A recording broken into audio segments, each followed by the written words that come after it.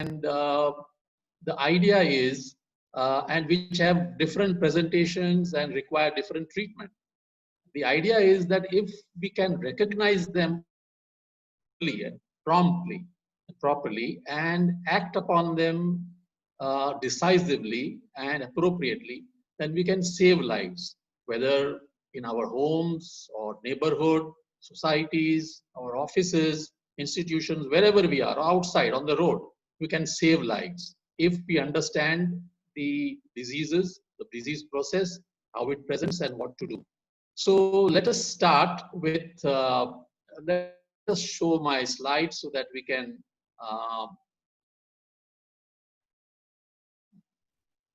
the slide share. Yeah, okay. Okay, so cardiac emergencies, how to recognize, how to respond. I will start with a small video clip.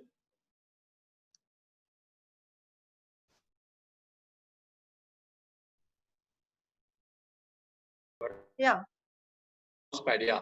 So let us see this clip. Okay. Yeah. I hope you can see. Yes.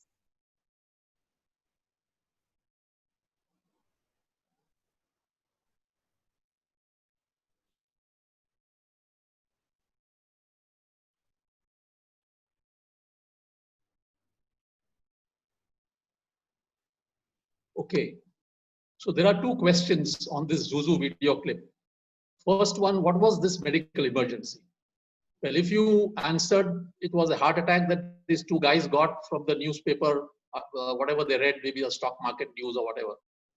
So if you say it is a heart attack, that is not correct. It is what is known as a cardiac. It is not a heart attack, but cardiac arrest.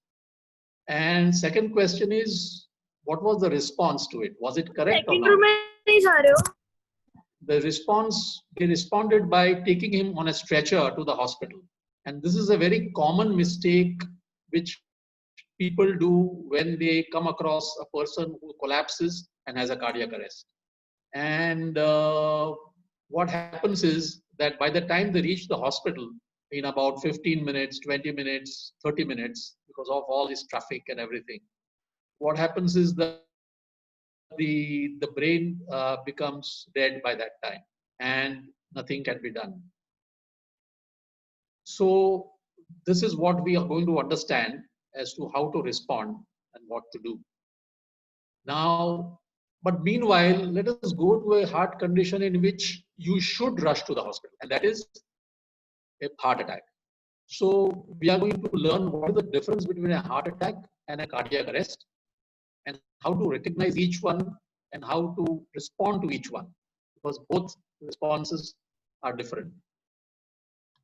Now, before we go to the subject proper, the difference between the heart attack, let us go back to our school days where we learned that the heart is a four-chambered muscular organ with two chambers at the and two chambers at the bottom. And these two bottom chambers are the ventricles. And the left ventricle is the one which does the maximum work because it has to pump blood to the entire body.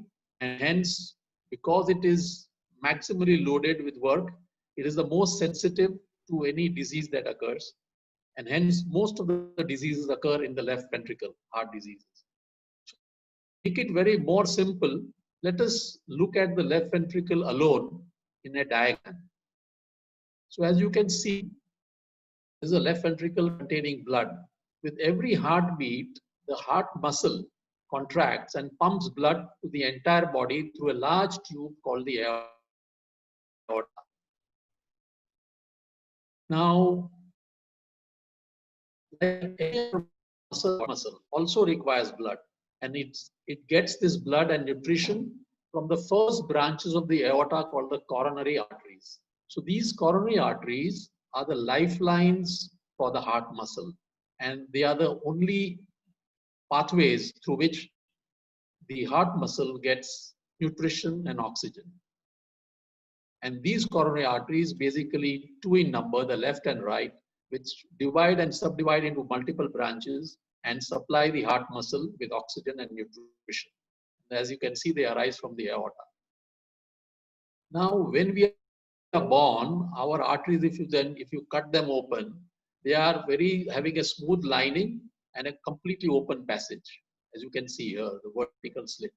But as we grow older, because of certain risk factors which vary in different people, in someone it is diabetes, in somebody it is hypertension, cholesterol, smoking, obesity, stress, lot of things.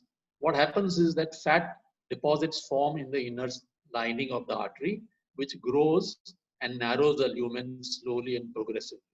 Now, this slow progress is an exception. In most people, what happens is there's sudden interruption of this process by sudden blockage. Now, how does sudden blockage occur? For example, this is a coronary artery, a tube, and there is a fat deposit which narrows it by 50%. When we say 50%, we mean diameter reduction by 50%. When an artery is narrowed by 50%, it doesn't cause any symptoms.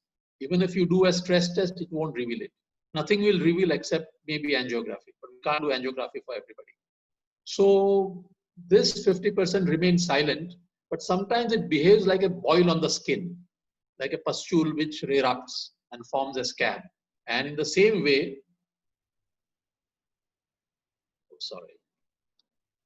in the same way, the fat deposit can rupture, and when that happens, a clot in minutes and blocks the artery completely. Now, if that happens,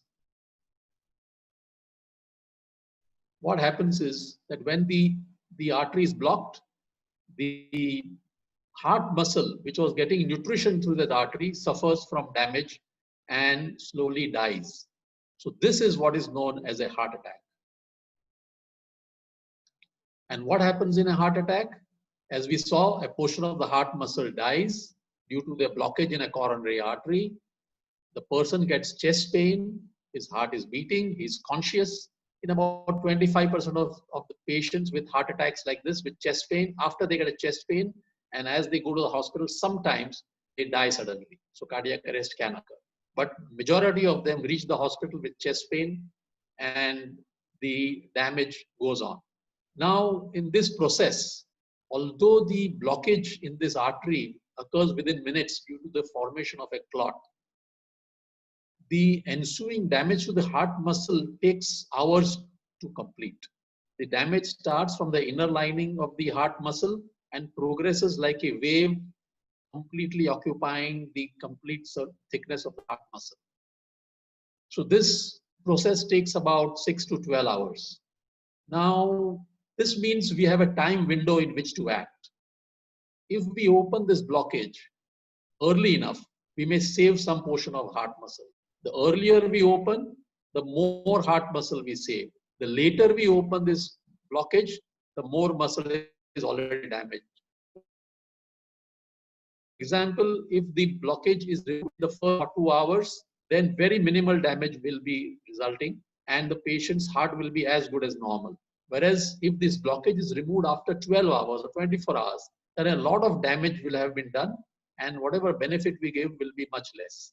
So time is very important, and that is why the recognition and in heart attack is very important.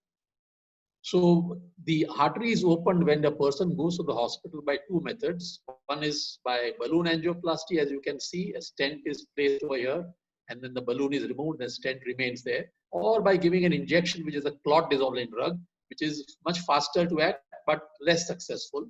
Maybe there is a 80% chance of success if you go within 1 or 2 hours. But in case of angioplasty, the chances are more than 95% success. So anyway, these are the methods to open the artery.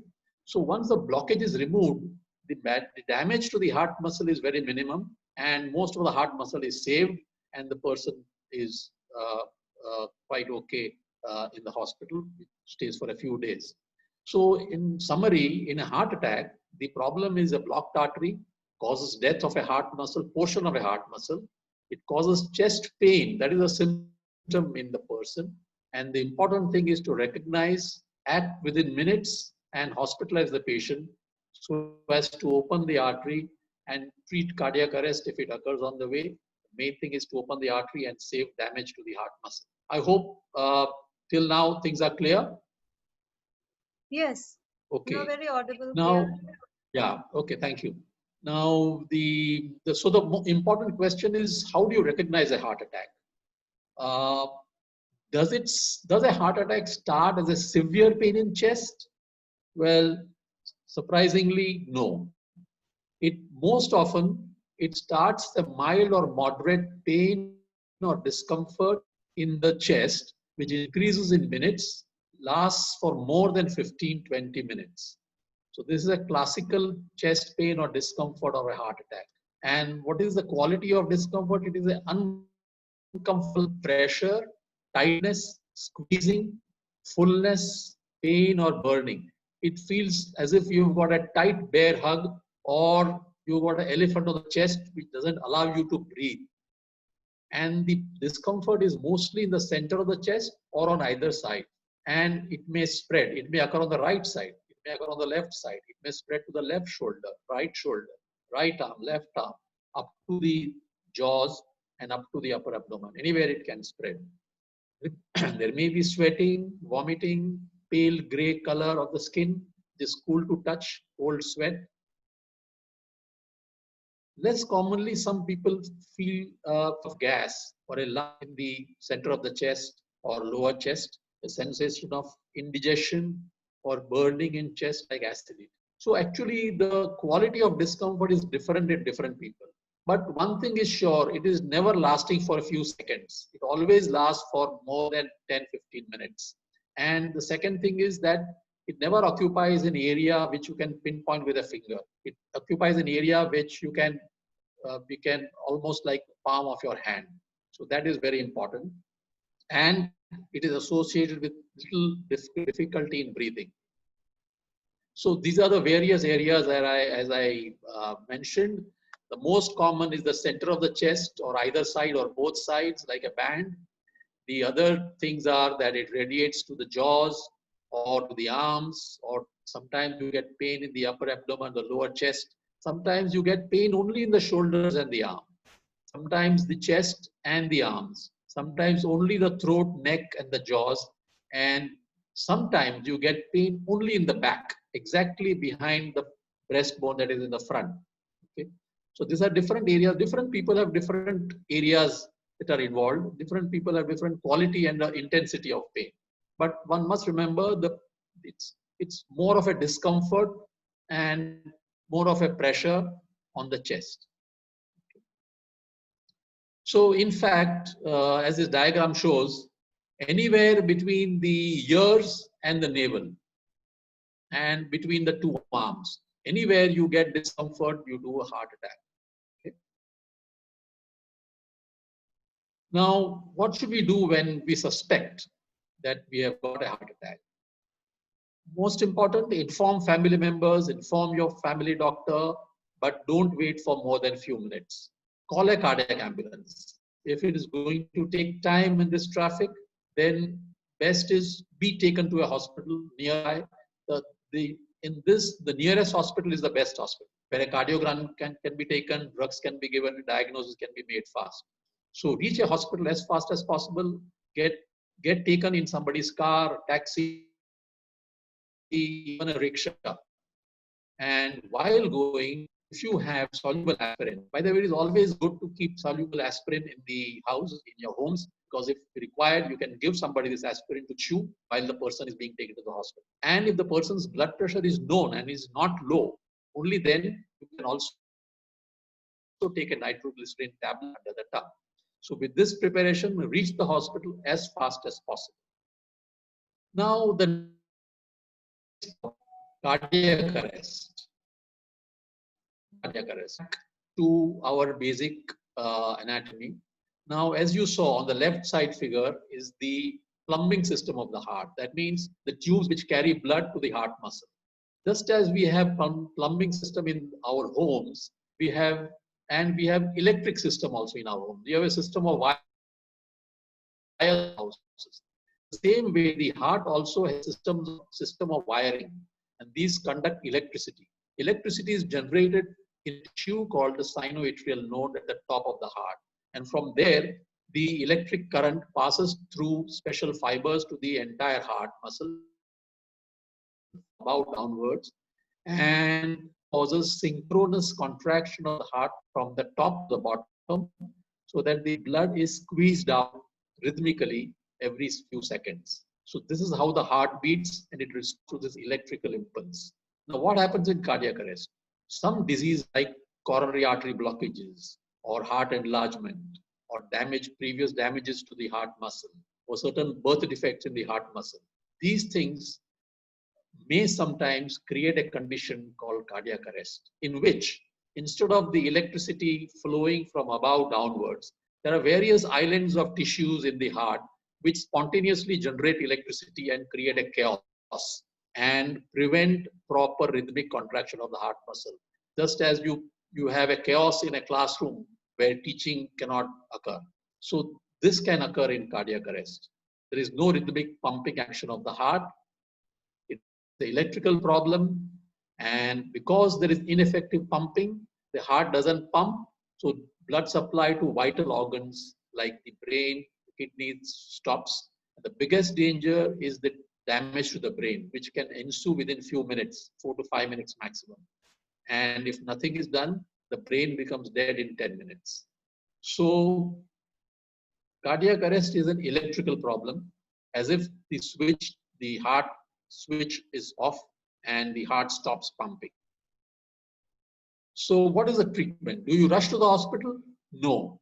You must treat this for a person there and there, then and there. And how do we do this? Just as you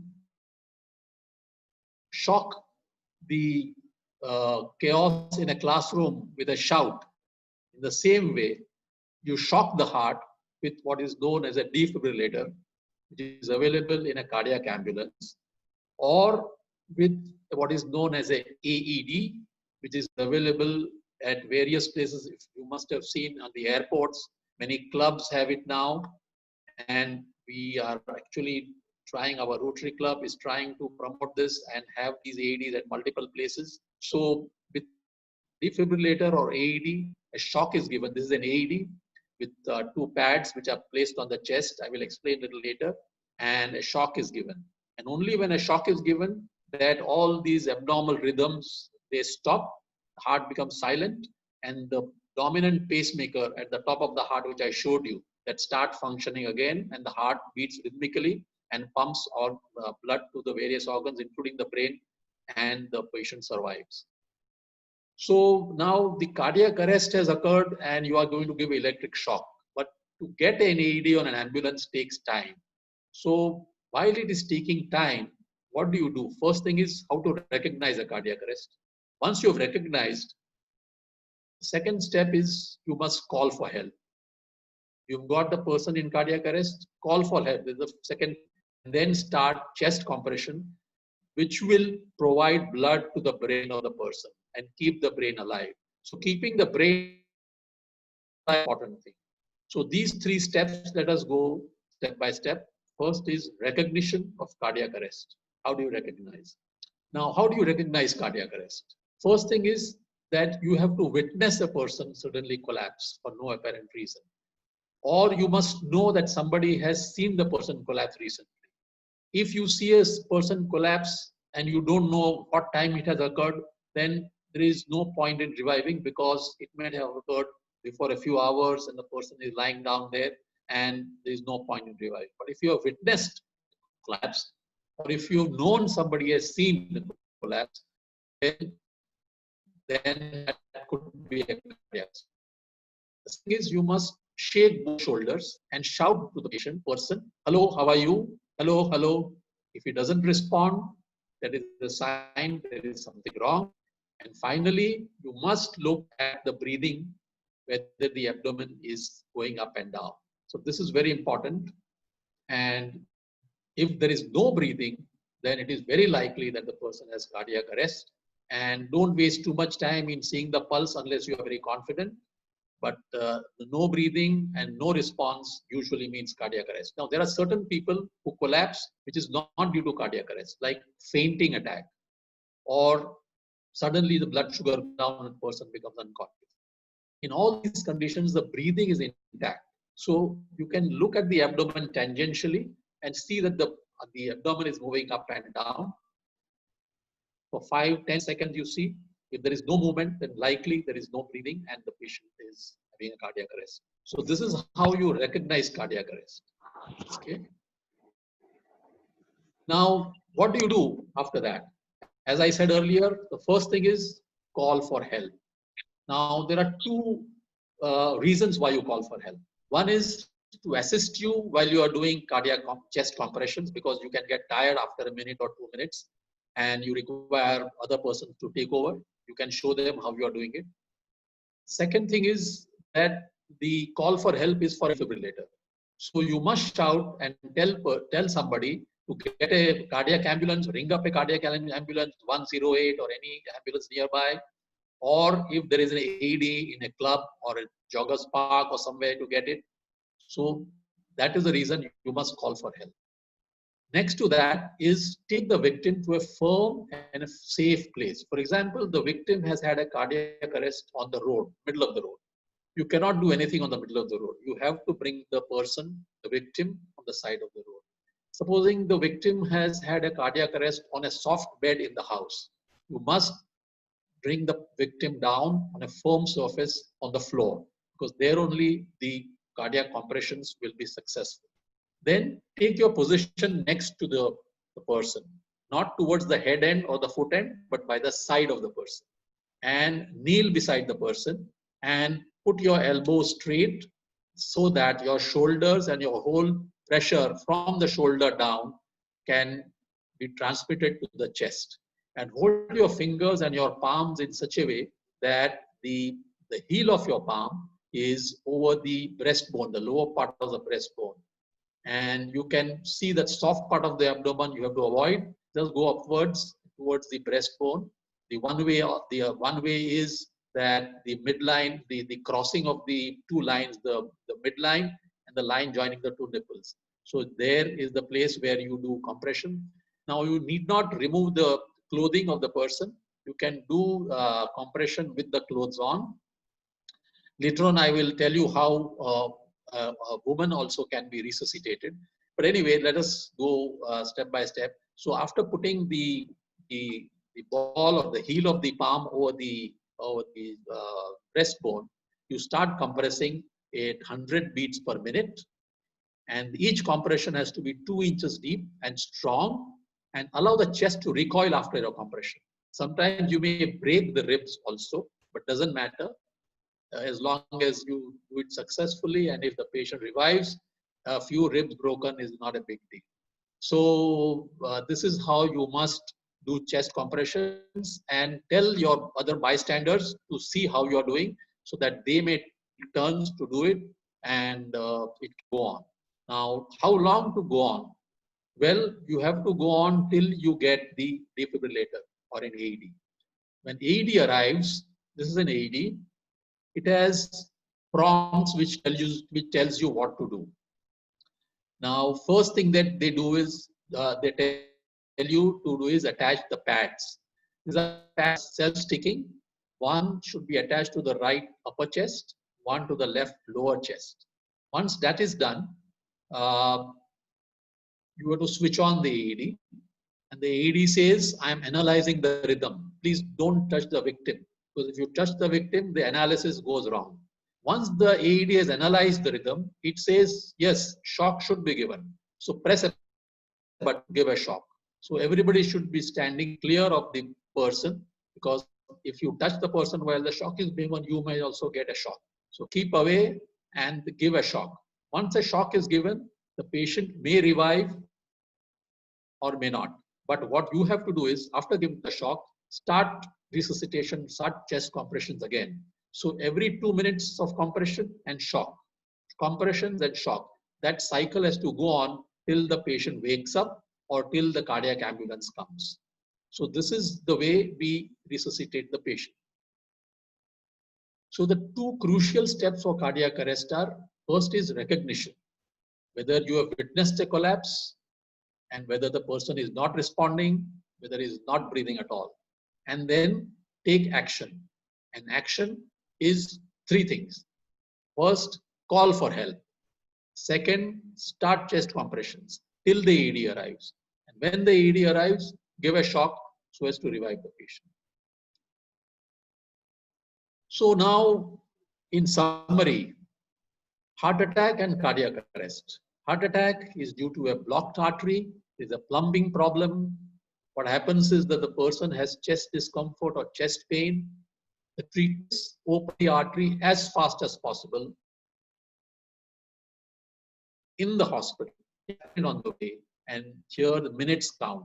So this is the symptom where you have to go to the hospital as fast as possible. Whereas in cardiac arrest, it is as if a current has been switched off. It's an electrical problem. There is a collapse of the patient.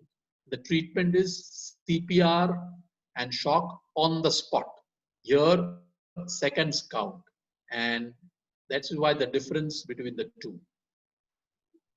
I hope you've understood this. And I would like to add that though we have understood how to do it, it is the practical demonstration and hands-on practice that should be done by everybody, especially the young blood, so that wherever you are, you can do something and save a patient. Right now, all over the world, the rate of recovery in patients with cardiac arrest is less than 5%. But in places like Seattle in America, the recovery rate is more than 40%. So this is what we have to achieve by learning how to do CPR, by providing AED machines at different places. We can save a lot of lives. And in case of heart attack, by recognizing the symptoms and reaching hospital, we can save the heart muscle and we can save lives. So I thank you very much, and thanks Anjali for arranging this, and President Biren. And now, if there are any questions, I'll be most happy to. Okay. There are lots of questions. Thank you, Dr. Akshay. Now there are some questions, and some have been sent to me, and some are written on the open chat also. So we'll take them one by one. The first question is, are heart attack symptoms in women different from those in men? Okay, that's a very good question. I hope people can hear, or my voice is broken. I hope we can. Yeah, we can hear you. So the symptoms in most women are like men: chest discomfort, pressure, pain. Yeah, okay. So discomfort. But in some women, I would say about 10 to 20% of women, they don't have pain. They may have pain in abdomen, upper abdomen, or nausea and vomiting, or only breathing difficulty. Or sometimes they have pain only in the jaw and the throat. So sometimes they have atypical symptoms, but most women have symptoms like men. So whenever a woman has unusual symptoms like sudden nausea, vomiting, or sudden breathing difficulty, or sudden pain in the jaws or neck or back, then one has to be careful. It is always good to go to a place where a ECG can be taken immediately, and if required, some medicines can be given. So women sometimes have unusual symptoms. Okay. So thank you for answering that, Dr. Akshay. The second question is there any relation between heart attack and sudden cardiac arrest? Oh, great. I think that's a good question. You see, out of all the heart attacks that occur, majority survive.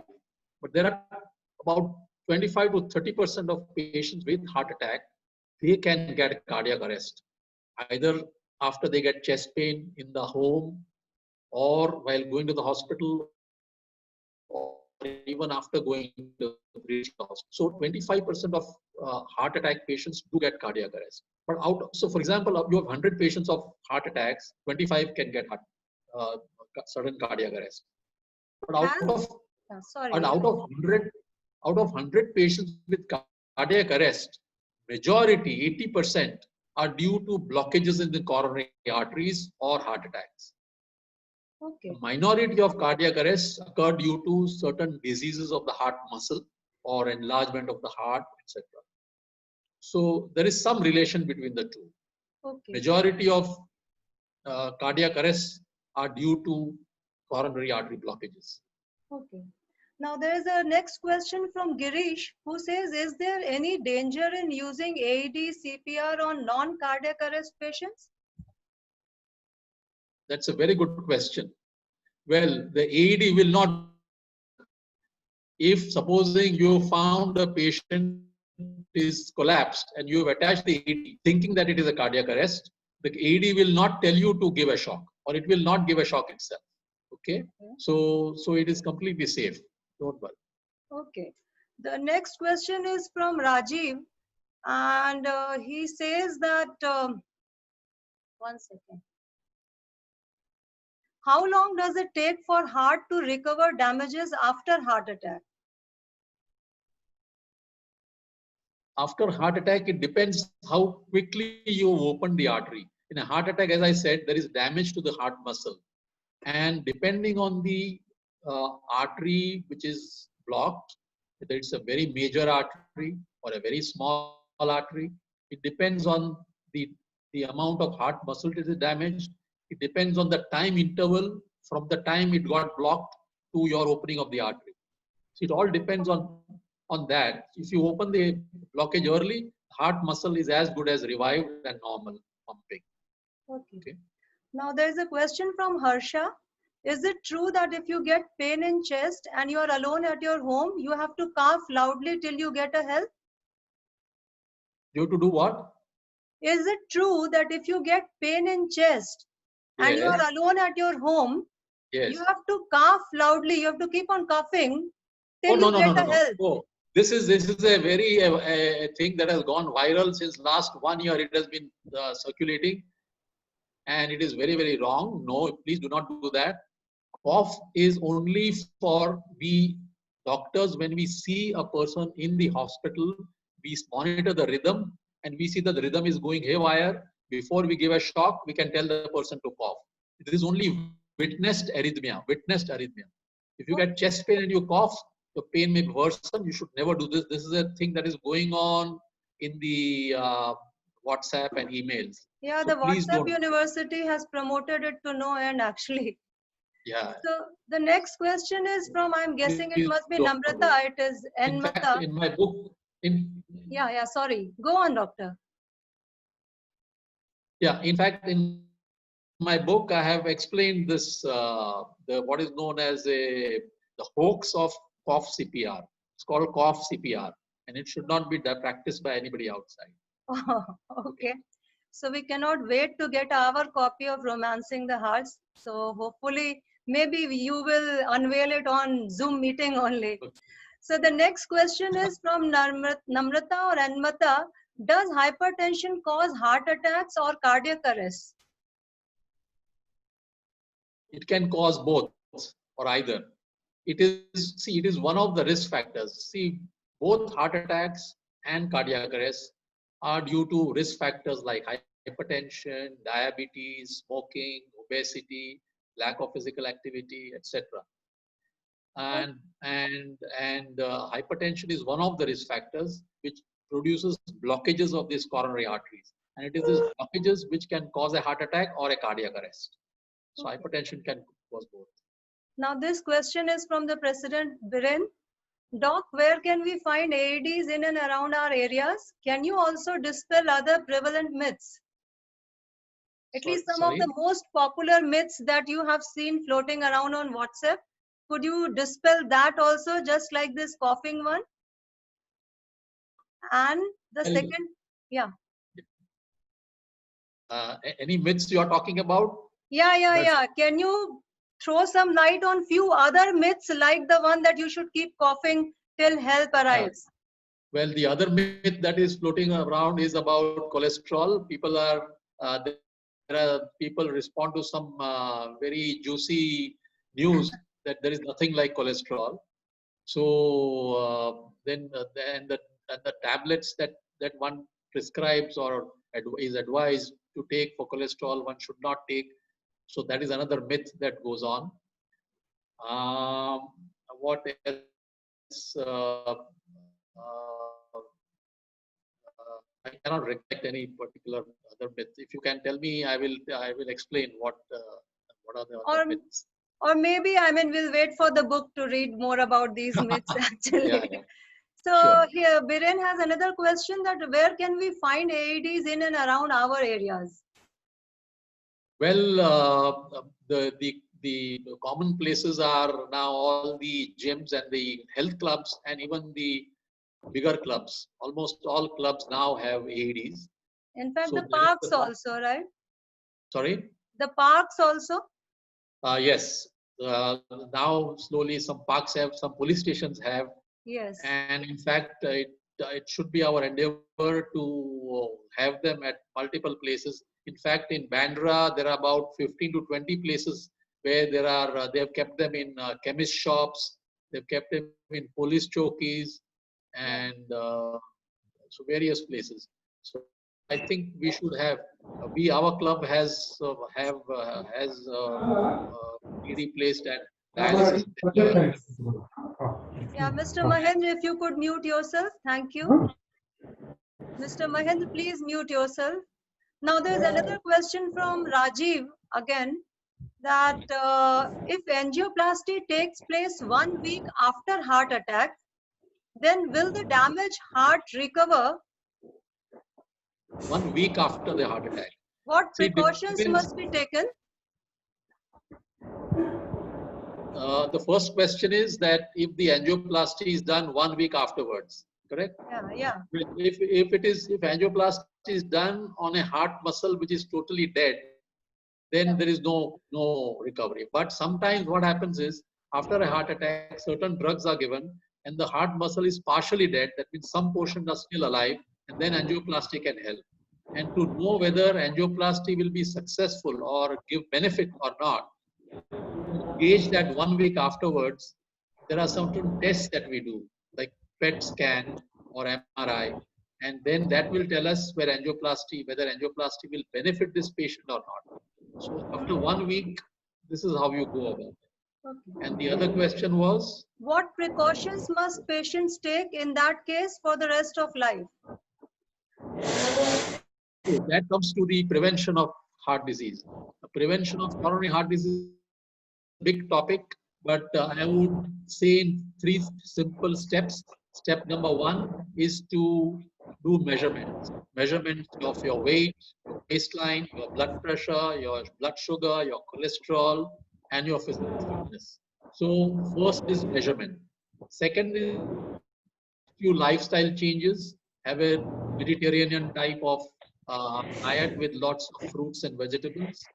Do regular exercise, 150 minutes a week. Okay. Sleep. Now I'm very happy that there's a question from a protractor, Yash Asrani from NMIMS ASM SOC. Okay. And he's asking, sir, are there any food products we should avoid to prevent blockages in the arteries? Oh yes, definitely, lots of them. First important thing is the packaged and processed foods, the fast foods that we get, the foods which have a lot of fat and sugar. So sugar and fat are the two things which are harmful. As far as possible, if you go for raw food and food with multiple grains and with fruits, vegetables, pulses, nuts, so these are the foodstuffs to have.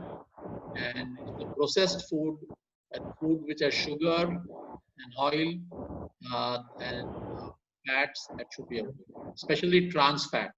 Okay. Now there is a question from Shubhra. When is Sorbitrate to be used? Okay, good question. Sorbitrate is usually we advise people to take when they have chest pain, which is called angina. So when a person has chest discomfort, say a person is walking and gets discomfort, he stops, still the pain doesn't go, we tell him to sit down and take a Sorbitrate under the tongue. Even if a person is suspected to have a heart attack, one can take Sorbitrate. But if he knows that the blood pressure is okay, many times with a heart attack, the blood pressure falls to less than 90, and then these are the people with whom Sorbitrate can worsen the problem. So in a heart attack, you take it if you know that the blood pressure is okay. In a patient with angina, which is a transient pain for which lasts few minutes, And for those kinds of discomfort, for vaginal discomfort, you can take Asorbitrate. Okay, there is one question from Dhriti. She says, one myth is that only old people have heart problems. I am too young to worry about heart diseases. Please comment. Great, that's a very good question. Yeah, nowadays we get heart attacks in 25-year-olds, 30-year-olds, 35-year-olds. But this is again due to the seed and the soil. The seed is the genes that you inherit. Now, that doesn't mean that if my parents have heart attacks, I will have a heart attack. It is not always that the genes are your destiny, but genes can increase your chances of having heart attack. So one is the genes, and the second is what you are doing to your life. What is the environment? What is your lifestyle? Whether you smoke, whether you exercise, whether you eat junk food, whether you are obese, whether you are inactive, whether you have mental stress, whether you sleep properly or not. So there is an interaction between the genes and the environment. And if both are adverse, then you may get a problem at young age. But if you don't have any of those, then you may live longer. So it all depends. So young people can have. Okay. Thank you. Okay. Now Rupa has a question that does dark chocolate cause harm to a person with sweet tooth? Like persons having sweet tooth, will dark chocolate be harmful when it comes to Very good matters of question. heart? Great. See, cocoa or the cocoa in the chocolate is good for heart. But the problem is chocolate also has calories and sugar. And that is the issue. So whatever benefit you get is nullified by the sugar and the fat in it. So I would not recommend a chocolate as a kind of a regular medicine for heart. Occasionally it's okay.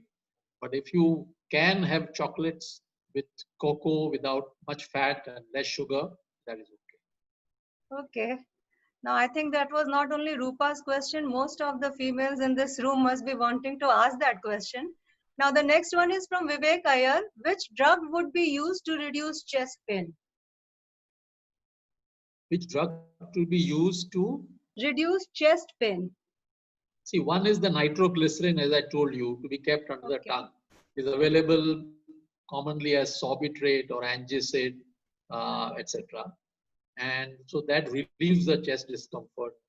But the other thing is, of course, drugs like aspirin, cholesterol lowering drugs on a long-term use, they are the ones which will prevent you from getting chest pains and keeping the blockages stable and not allowing them to progress further.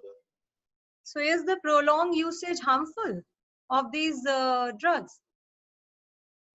No. Well, every drug has a side effect.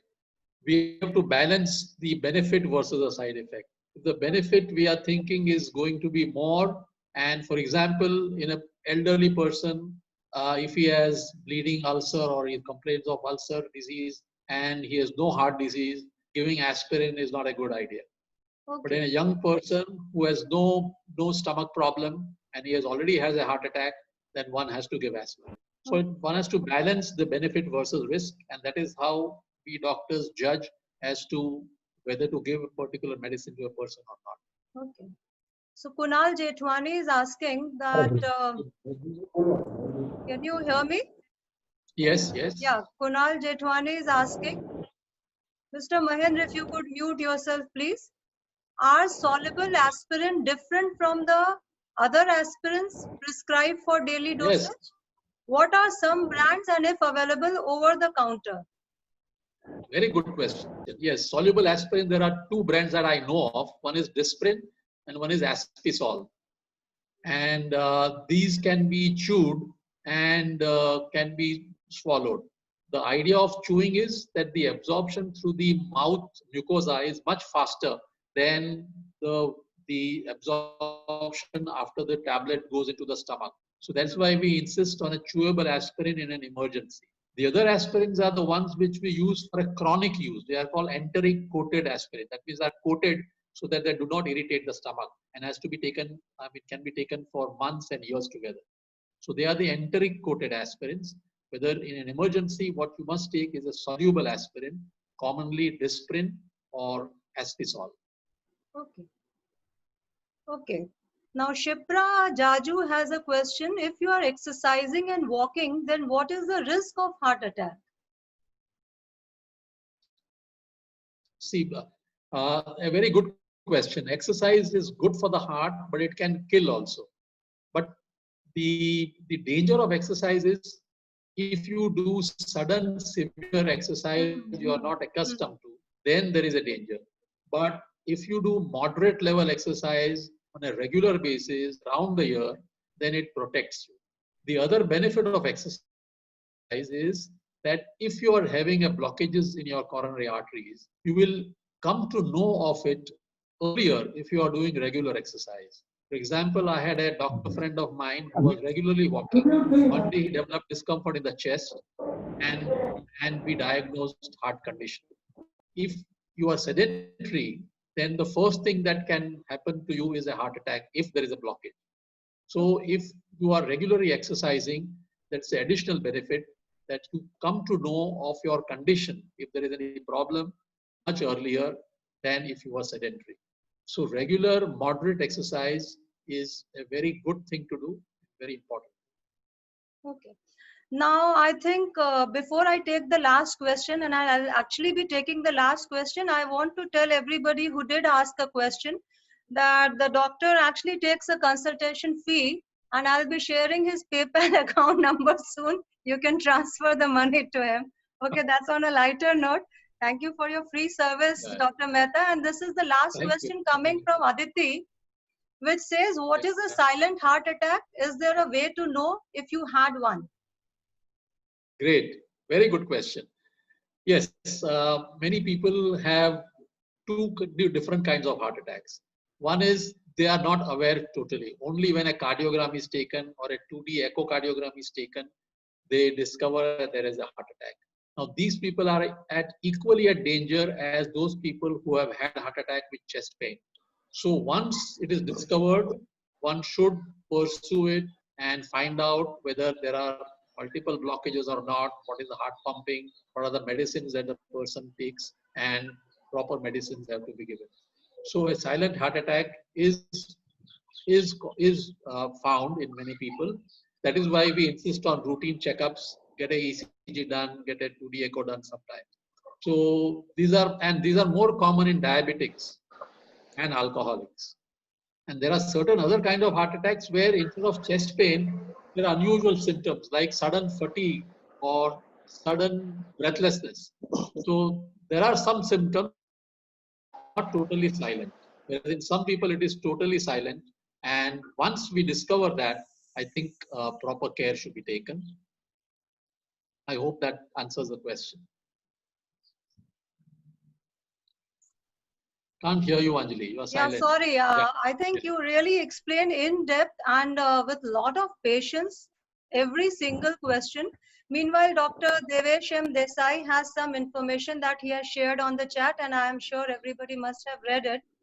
So we had started this meeting at 5, and we had planned to wrap up this meeting at latest by 6, and it is 5:53, wherein we could actually take all the questions, not ignoring the fact that you gave a very detailed, very technical also, I can say, with all the medical diagrams, jargons, words, technical terms used, and then a layman's information also where you could show the exact spot. Like what we were worried were that you didn't have a kit, so how you will be actually showing the process. But I think the diagrammatic representation was much more clearer. So thank you so much, Dr. Akshay Mehta. And every time we interact with you, we realize what humility and greatness is comprised of within you. So thank you so much. And I'm also very thankful to all the Rotractors, their teacher in charges. I just saw in the list, there are a lot of personal guests who I had invited.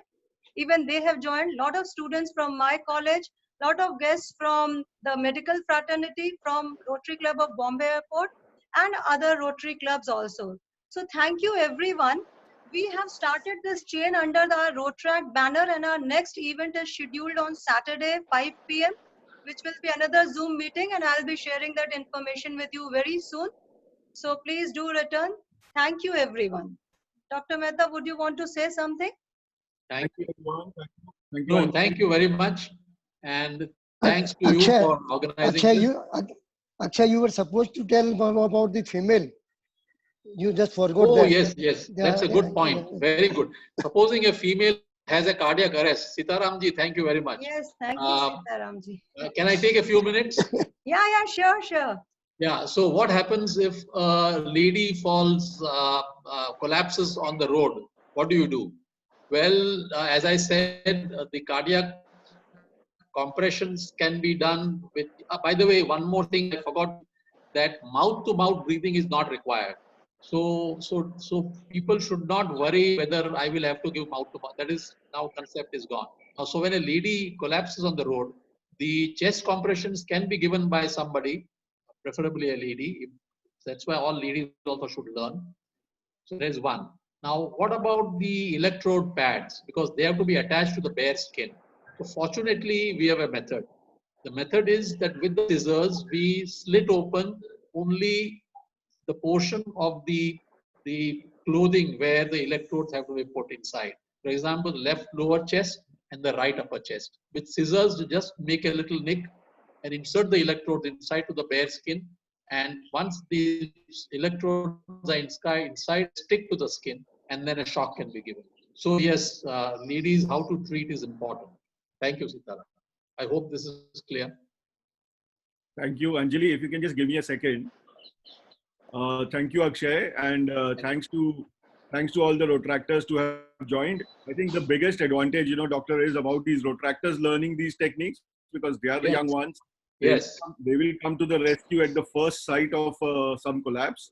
And actually, that was the reason, Biren, that I was very keen on organizing this. We had actually planned workshops, which couldn't happen because of the lockdown. But if you remember from the beginning of the year, I've been telling Dr. Akshay that the youngsters have to learn this because they are the ones who rush to save lives on the roads also. And at home, considering the age of their parents and relatives, they'll be the first ones to come and be helpful. Absolutely. And I also want to be very thankful to Professor Kranti Kumar, who has actually logged in, who has been the principal of Thadomar Shani Engineering College for 20 years. Thank you so much, sir, to see you here. Oh, so nice of you, Professor, to have joined us. Thank you so much. Thank you. And Doctor, it was amazing. I think, this kind of a session, I think that going forward also when we do this, and if we can get more Rotractors, it will actually enhance and it will take care of the passion that you have of, these AEDs being spread across the city. True. So thank you, Anjali, for having organized this. Thank you, every Rotractors and Rotarians and all the guests for joining us. Thanks. We can call this meeting, adjourn this meeting. Thank you. Thank you. Thank you all. Thank you. Thank you.